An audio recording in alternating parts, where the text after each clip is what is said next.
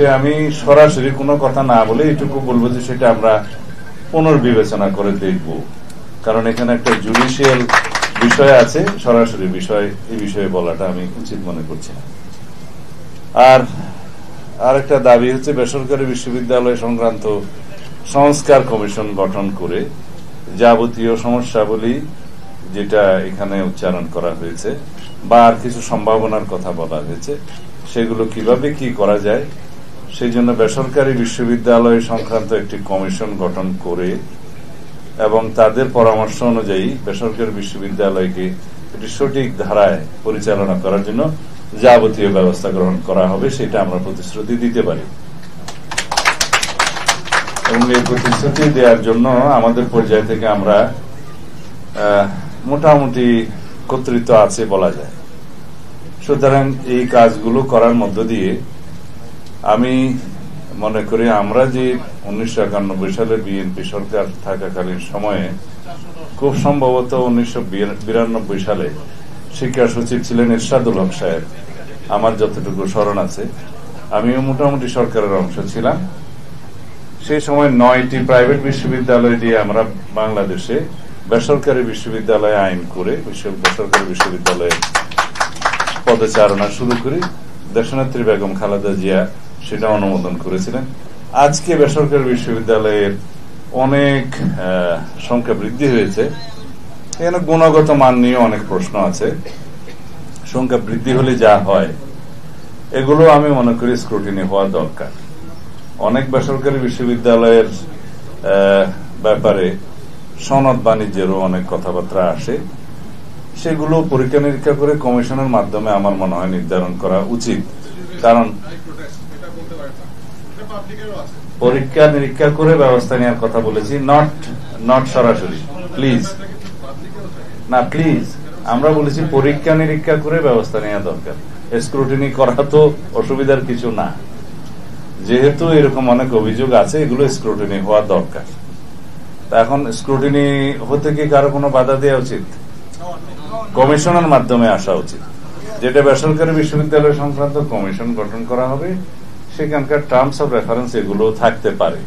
কারণ এরকম অনেক অভিযোগ যেটা পাবলিক ইউনিভার্সিটির বিরুদ্ধে আছে বলে এখন উনি বললেন, সেটা পাবলিক বিশ্ববিদ্যালয় সংক্রান্ত কমিশন তো আর এখান থেকে আমরা ঘোষণা দিতে পারবো না। সেটা যদি তখন একটা কমিশন গঠন হয়, সেই কমিশন সরকারি বিশ্ববিদ্যালয়কে অন্তর্ভুক্ত করবে কিনা সেটা তখন সরকার দেখবে। বাট সরকারি বিশ্ববিদ্যালয়ের যে গুণগত মান নিয়ে প্রশ্ন আছে সেটাও অস্বীকার করার মতো না। Is right.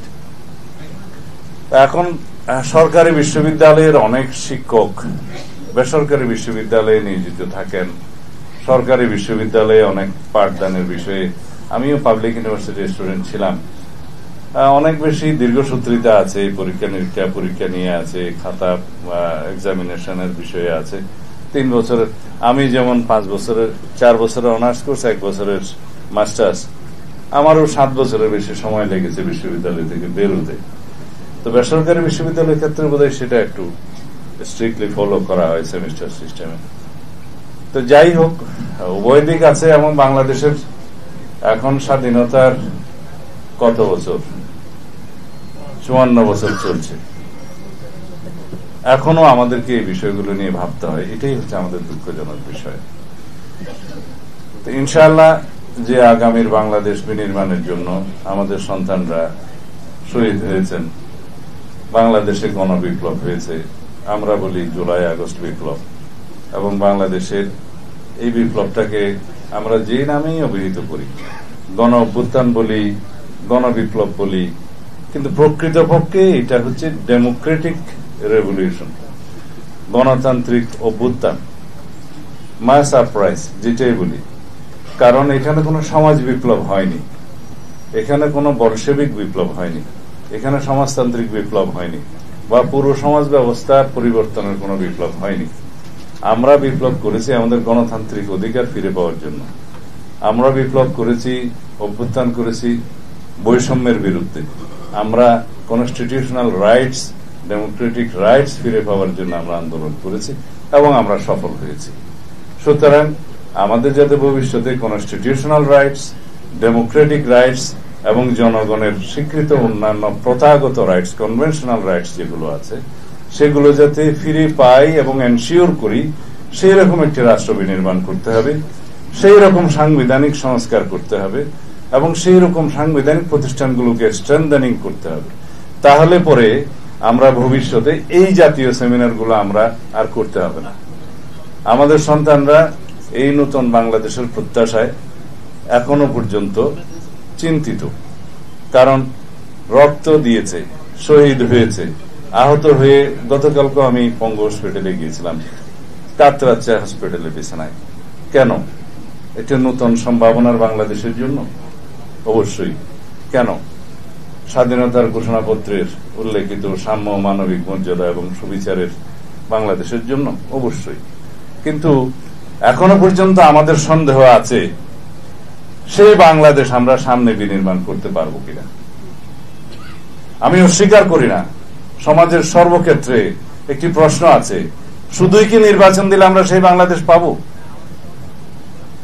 শুধুই একটি নির্বাচন কি আমাদেরকে সেই সমাজ ব্যবস্থা প্রতিষ্ঠা করতে সহযোগিতা করবে? করবে না। কিন্তু নির্বাচন ব্যতিরেকেও তো করবে না। নির্বাচন ছাড়াও তো আমরা সেই সমাজ ব্যবস্থা পাবো না।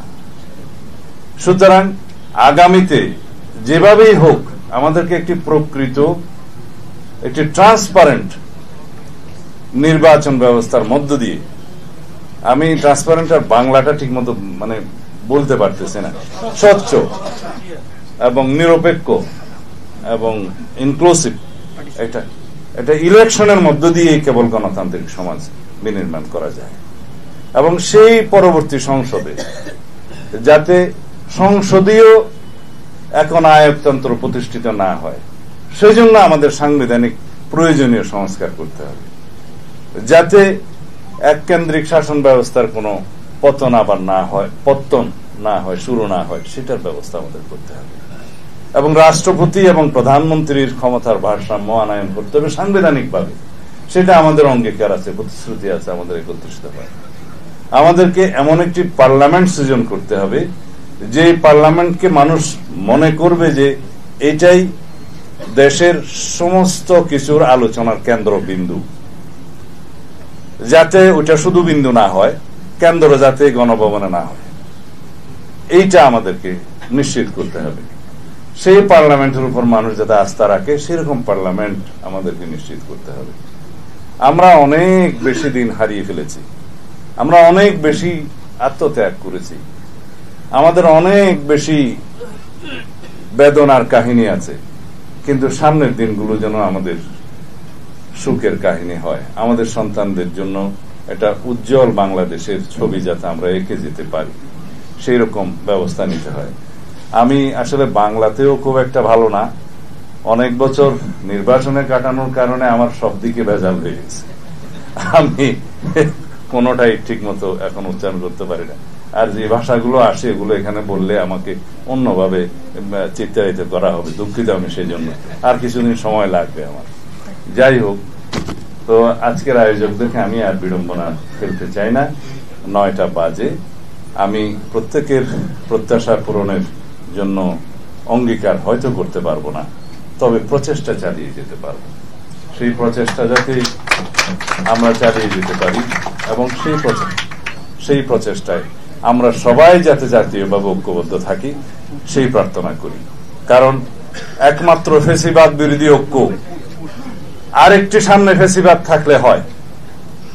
ফ্যাসিবাদের পতন হয়েছে, ফ্যাসিস্ট পালিয়ে গিয়েছে, সুতরাং আমরা এখন ঐক্যবদ্ধ থাকার একটা ইস্যু কি? আমরা এখন ঐক্যবদ্ধ থাকার একমাত্র ইস্যু হবে যাতে আমরা বৈষম্যহীন, গণতান্ত্রিক ও সাম্প্রদায়িক একটি সাম্যের ভিত্তিতে একটি সুবিচারের বাংলাদেশ আমরা পাই এবং আইনের শাসনের বাংলাদেশ পাই। সেই ইস্যুতে আমরা যেন সবাই ঐক্যবদ্ধ থাকি। আমাদের গণতান্ত্রিক পথযাত্রায় রাস্তা ভিন্ন ভিন্ন হবে বিভিন্ন দলের, কিন্তু আমরা যেন একটা জায়গায় ঐক্যবদ্ধ থাকি যে এই জাতির স্বার্থকে আমরা ঊর্ধ্বে তুলে ধরব এবং এই জাতিকে আর কখনো অন্য কোন রাষ্ট্রের করদ রাজ্য হওয়ার জন্য আমরা এই রাজ্য যাতে কোনদিন এই দেশের কোন স্বাধীন নাগরিককে অন্য দেশে পাচার না করে দিতে পারে এবং এই দেশে কোনদিন, আমি আমাকে নিয়ে বলছি, এই দেশের কোন নাগরিককে যেন কোনোদিন আর আয়না করে না যেতে হয়, এই দেশের কোন নাগরিককে গণতন্ত্রের জন্য ভোটাধিকারের জন্য যাতে রাস্তায় গুলি খেয়ে মরতে না হয়, সেই রকম একটা রাষ্ট্র বিনির্মাণের জন্য আমরা যেন ঐক্যবদ্ধ থাকি। এখানে আমাদের ঐক্যটা প্রয়োজন। ধন্যবাদ সবাইকে আমার কথা শোনার জন্য, এবং আয়োজকদেরকে আরো ধন্যবাদ দিচ্ছি একটি সুন্দর অনুষ্ঠান করার জন্য। আসসালামু আলাইকুম। ধন্যবাদ জনাব ফরাদ আহমদকে। এই পর্যায়ে